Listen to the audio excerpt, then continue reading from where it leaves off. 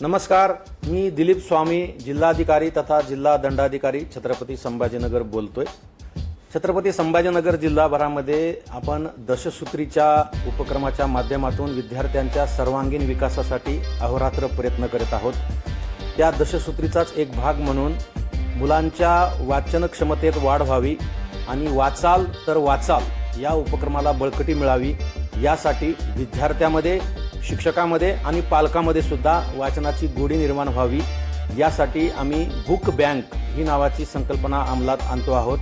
या book bank या संकल्पनेमध्ये प्रत्येक शाळेमध्ये एक पुस्तकाचं कपाट तयार करण्यात येणार असून ही पुस्तकं विद्यार्थ्यांना, शिक्षकांना आणि पालकांना वाचण्यासंदर्भामध्ये आग्रह केला जाणार आहे, किंबहुना ते बंधनकारक केलं जाणार आहे।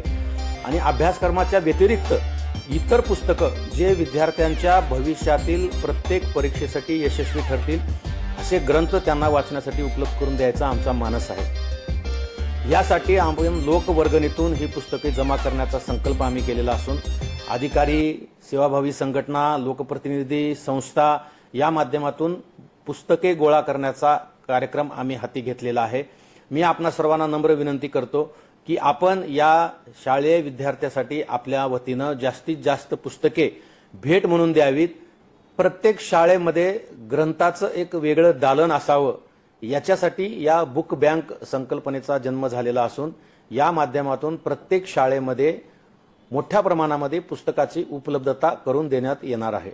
आपल्याला पुस्तकं देण्यासंदर्भातलं मी आग्रह करत असताना जर आपण मोठ्या प्रमाणामध्ये पुस्तकं देऊ इच्छिता तर आपण स्थानिक गट शिक्षणाधिकारी किंवा तहसीलदार किंवा उपविभागीय अधिकारी यांच्याशी संपर्क साधावा किंवा शिक्षणाधिकारी, उपशिक्षणाधिकारी, गट शिक्षणाधिकारी यांच्याशी आपण संपर्क करावा।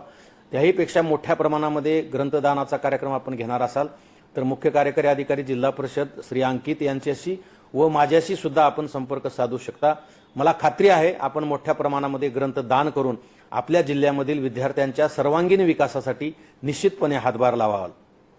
धन्यवाद।